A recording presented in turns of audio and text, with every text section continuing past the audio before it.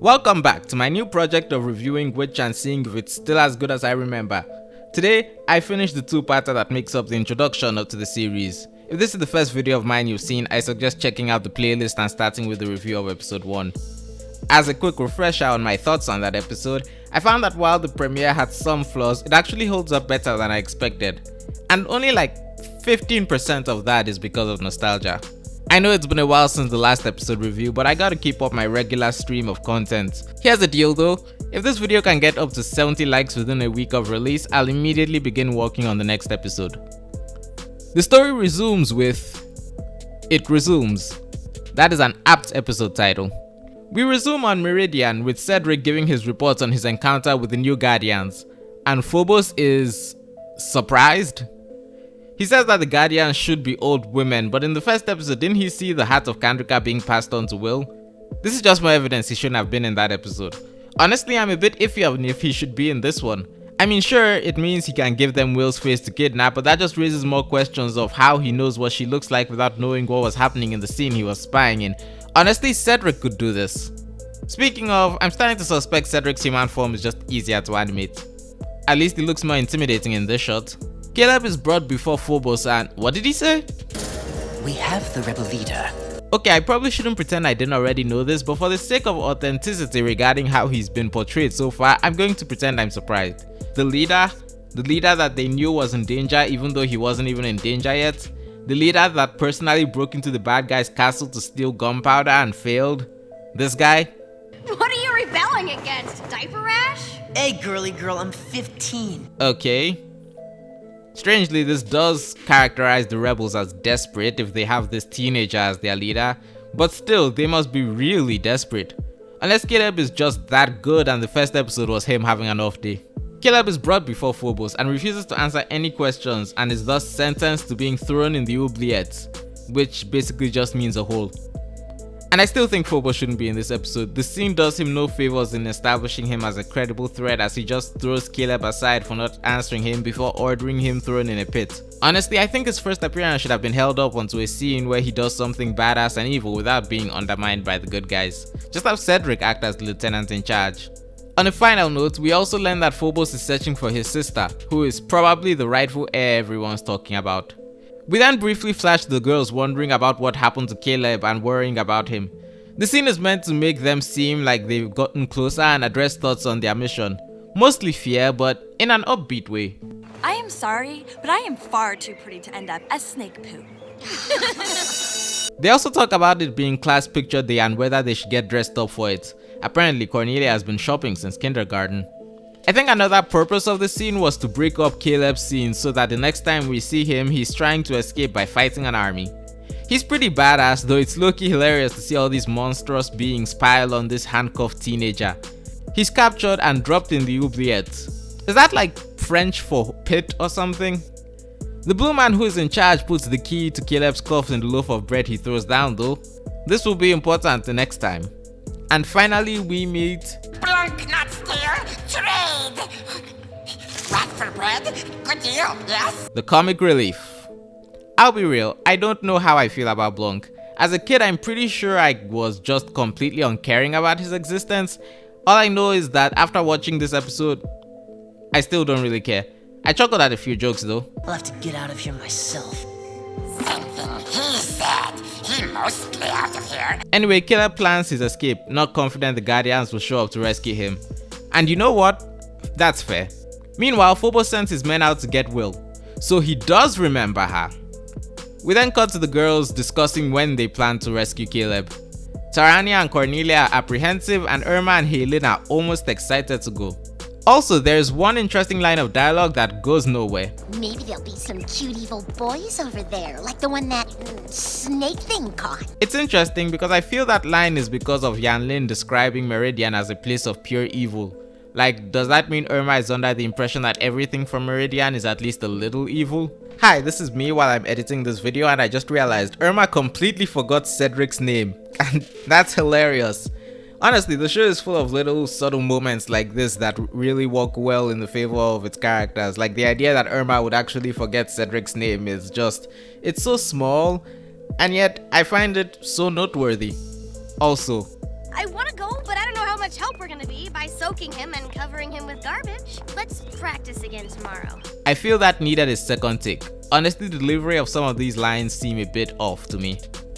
There's an interesting idea brought up when Will realizes Taranee is going to have dinner with Irma and has to walk home alone while the other girls go off together. This time the music emphasizes Will's feeling as an outsider within the group because she's still the new girl. Then she gets kidnapped.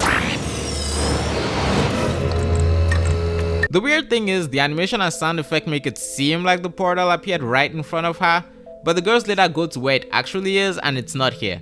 Between this and Caleb appearing in front of them, it makes me wonder if the portals will take you wherever you want to go if you use them to leave Meridian. Or maybe they are just attracted to guardians. My memories tell me it's neither, but I might be wrong. As it is, the portals seem to work entirely by plot convenience. The girls only learn she's gone the next day. But first... You hypocrites! What? What do you mean, what?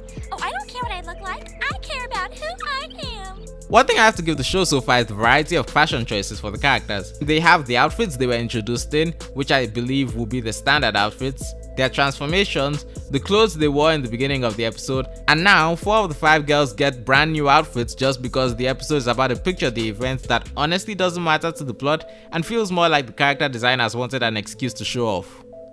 More power to them. Since I did it last time, I'll rank this episode's outfits too, from least favorite to favorite.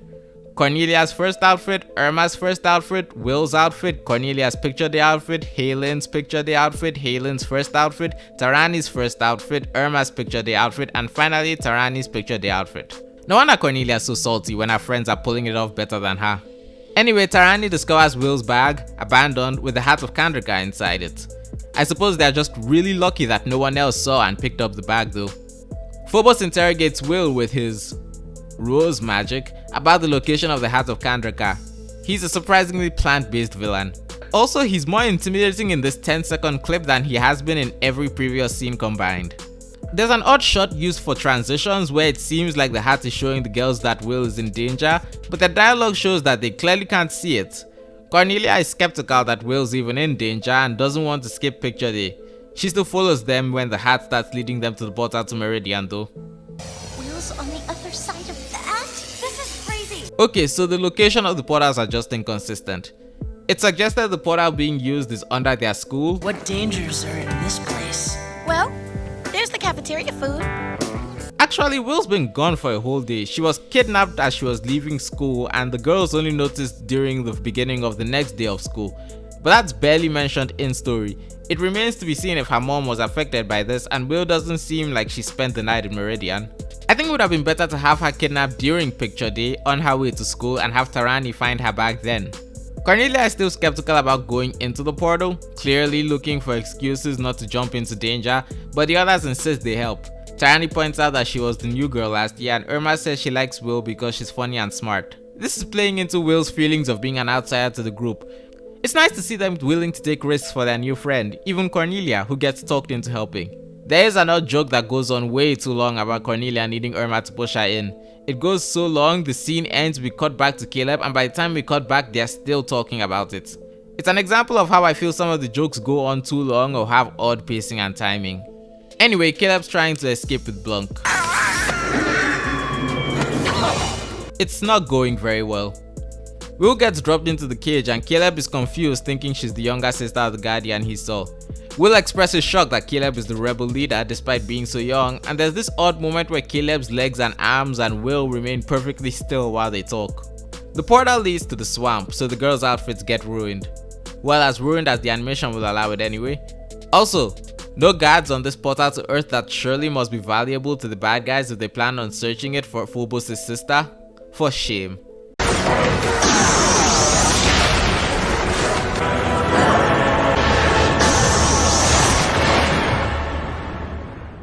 Back to the underage leaders, Caleb and Will are having a bit of a spat about the logistics of escape using the very smelly Blanc. I need a rope, some kind of weapon, and what do I get?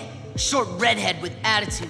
Hey, I'm a guardian of the veil, buddy. You're just some guy at the bottom of a hole. Honestly, I like seeing Will being extra snarky with Caleb. She's a bit more nervous with her new friend, so it feels like she's really getting to cut more loose with this guy. Well, I have sort of an idea.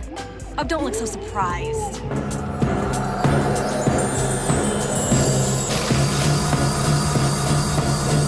Oh, so this is where the overly edgy Cornelia in the opening comes from.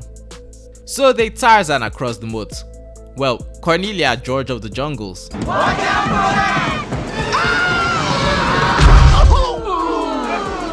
And they make it into the castle, but they were spotted by some monster. That's a great design. Phobos can sense the hat and send Cedric to get it. Really, if he isn't going to do anything but fail to interrogate people, why is he even here? Though I know for a fact the show ends right now if he actually does anything. The girls eventually find Will, and thankfully there are no guards in the castle. I guess all these guys are still recovering from the beating Caleb gave them. Will gets the hat and unites the Guardians. Taranee drops a fireball in the hole. This is a rescue? I was safer as a prisoner. You came for me.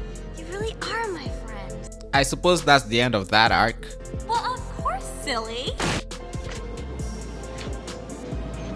You raggedy bitch. I do feel Will needed a bit more time to show her mindset, and I curse skipping whatever made her go from "this is too weird for me" to practicing their powers.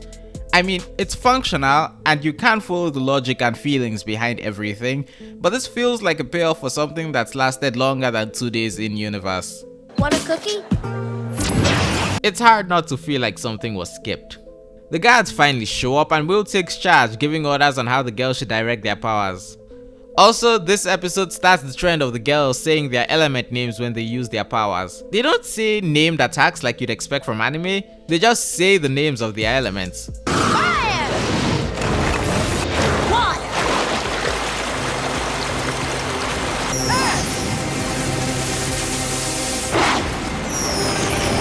Irma, the rebel leader's down there. He's too heavy to lift out. His mouth alone must weigh 200 pounds. I love this face Will makes when she says this. More snarky Will, please. Though my first thought when I saw this was, what if he can't swim? Can't swim! Save Blanc! Exactly. Blanc, being a smuggler, knows a secret way out. Unfortunately, it's sealed shut and Taranee has to melt the way through. Because he knows how important the Guardians are, Caleb opts to sacrifice himself as a distraction to give the girls a chance to escape. I think it's an interesting callback to this scene. Hey, I'm a guardian of the veil, buddy. You're just some guy at the bottom of a hole. You don't have any powers. Guarding the veil's more important than one rebel fighter. You know what? Caleb is growing on me. Also, there's this odd love interest undertone between Will and Caleb in this scene, and I know for a fact it goes nowhere. Oh, by the way, my name's Caleb. Anyone else see it, or is it just me? Especially considering I'm pretty sure when this cartoon came out, arguing was considered a sign of being soulmates. Is he cute or what? Maybe Cornelia's greatest achievement as a rival is stealing the main love interest. Put her up there with Sasuke and that tiger guy from the Thundercats show I didn't watch. Caleb lures Cedric after him, makes this goofy face, and the girls escape. Will wants to go back for Caleb, but Hay Lin offers to do so instead because she flies better. I like the detail of playing into each other's strengths. It would be really easy to have Will do it, but this just feels nice. Well, actually, chickens fly better than you. Also, I gotta say, I'm loving the development of the group. I may criticize Will's whole friendship arc for being a bit underbaked, but I do buy into them as friends, and I even like the way Caleb is being integrated into the group so far.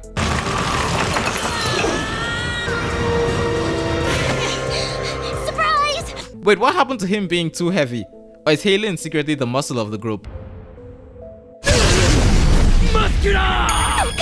Eventually, they all get back to the portal, only to be accosted by the Cyclops monster for another action scene where they show impressive coordination and instinctive teamwork. They escape, but Irma gets grabbed in a similar manner to Caleb in the last episode, but this time Will closes the portal, severing the Cyclops' hand. Someone's gonna find that and be confused. When we swung across the moat, Cornelia, George of the Jungles into the wall. Wham! Hey, that's what I said. I swear I came up with that joke before I saw this part of the episode. Blanc runs off. That will probably be important. Taranee makes this face. That probably won't be. The girls regroup at the restaurant to talk about their victory and successful rescue of Will, and Hay Lin discovers that their initials spell out the word witch, thus making it extremely difficult to search for this show on the internet. Yanlin then rains on their parade a bit by telling everyone that Phobos just wanted Will's power and that what he really wants is someone else's power. Also, this makes a pretty good hunting image for the end of the episode. And with that, we've reached the end of the second episode of Witch and our complete introduction to the characters. I think it really works well to establish the team dynamic among the girls. I'm shocked how much it doesn't feel like Will's the main character as much as she is a member of the ensemble, only slightly elevated in the plot by her job as leader and keeper of the hat. She's like Robin from Teen Titans. I'd say Taranee is probably the one most lacking when it comes to characterization, but at least there's something there for her to work with. I do hope we get to see more of Snarky Will now that she's more comfortable about her place in the friend group. I'm really enjoying the ways the characters talk and banter with each other, even if the jokes aren't always funny. Caleb honestly seems oddly well developed, all things considered. I know he's been criticized for just being in the show so boys can have a character to better relate to, though considering most of the discourse surrounding him I've seen is from girls who find him attractive, I think it's funnier to imagine he was created to be fan service for the female audience. The sexy Black Widow to the Guardians Avengers, if you will, complete with being an interesting character hardened by the world they live in. Blanc, well, he got a chuckle or two out of me, so I didn't really dislike him. All in all, a few pacing issues and weird narrative choices I find questionable aside, I think this two-parter does hold up rather well. But what do you think? Tell me your thoughts on the episode down in the comment section, and while you're down there, don't forget to leave a like and subscribe for more content. 70 likes and this next episode review will be out faster than you expect. And if you're watching this a significant amount of time since it was published, there are probably more episode reviews in the playlist depending on when you watch this, or maybe even early access on Patreon. Check them out. Thank you and good day.